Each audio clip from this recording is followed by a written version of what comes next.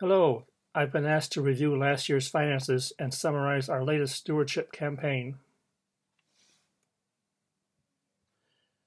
I'll start with a review of our expenses for 2021. On the left is a pie chart of our planned expenses. The largest portions are for clergy, building, and music and arts, but the combination of office and administration is equally large.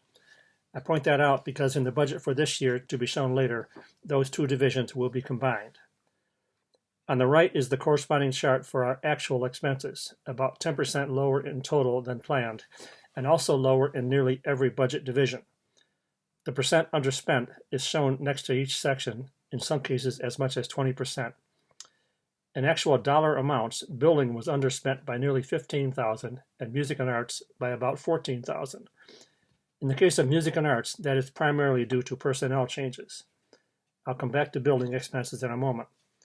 In other divisions, office shows about 8% underspending, but that would have been 20% if not for our 2020 financial audit costs coming due in 2021. CL&L was under budget simply because the church was not open for half the year.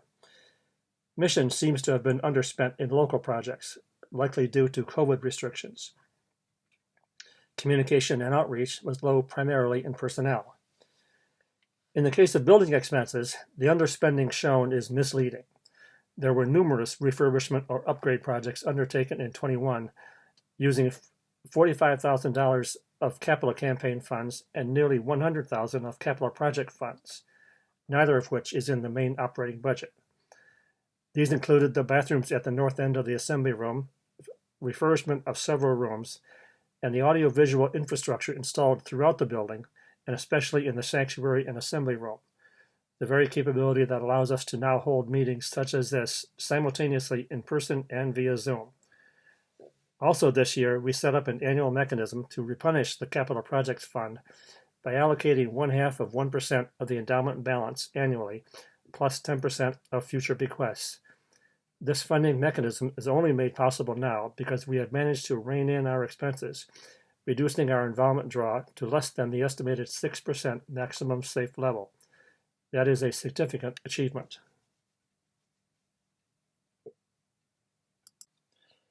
The next slide shows our income in support of those expenses, estimated on the left and actual on the right. The largest portion of each is support from our membership in the form of pledges. This is the first time in more than 20 years that we could say that. A year ago, we estimated about $206,000 in pledged donations for 2021. Actual donations came to $194,000. That difference is not unusual. We plan to transfer $168,200 from our endowment to support building operations. In actuality, the transfer remained at the slightly lower level of the prior year. Some of you may recall that this sector of our income was once more than $500,000 per year. In other budget sectors, both parking lot revenue and Sunday service plate collections were still affected by COVID restrictions. Building usage exceeded budget estimates thanks to additional office rentals. Miscellaneous was vastly different due to our second federal PPP loan requiring no payback. That is the primary reason our total income exceeded budget by about $11,000. Between that and our underspending, we had a budget surplus last year of about $51,600 in unspent funds. We plan to spread this surplus over the next several years in support of staff salaries.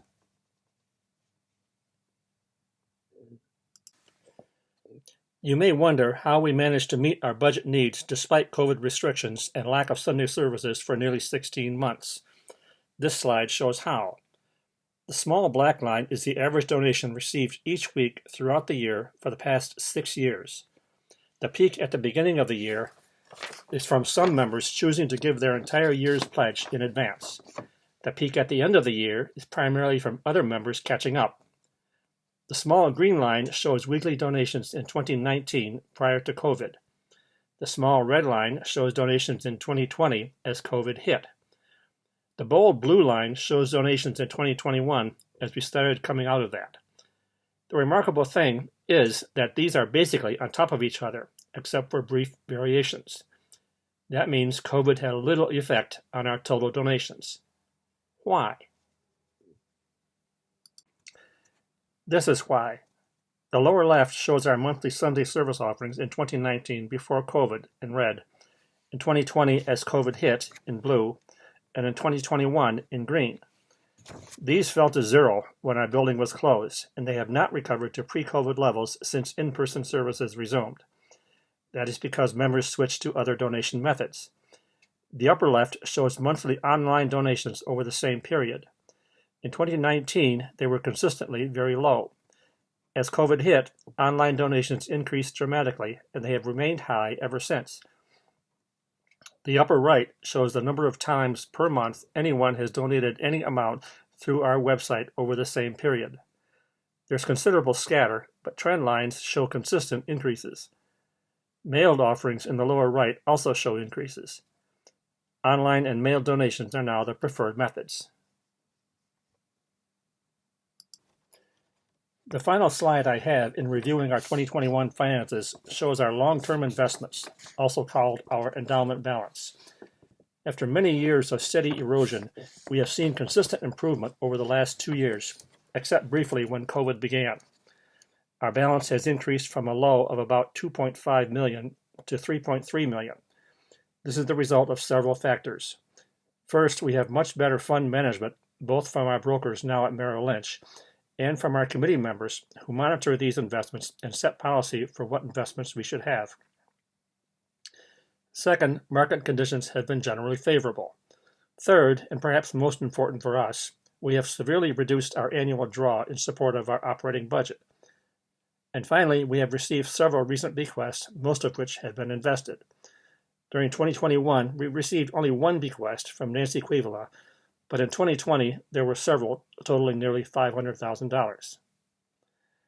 That completes review of our 2021 finances. I turn now to our stewardship campaign at the end of last year. This slide shows how that progressed and the final results, with the prior campaign included for comparison. On the left is the total dollar figures for each year along with goals, and on the right is the number of pledges received each year. Our goal both years was to raise $203,000 from membership pledges. We achieved that last year and came very close again this year despite members dying or moving away. We can still accept pledges for 2022, and it would not take much to put us over the top. We also received this year pledges from 9 members who had either never pledged before or resumed pledging after years of absence. That concludes presentation of stewardship results. I can take any questions in person.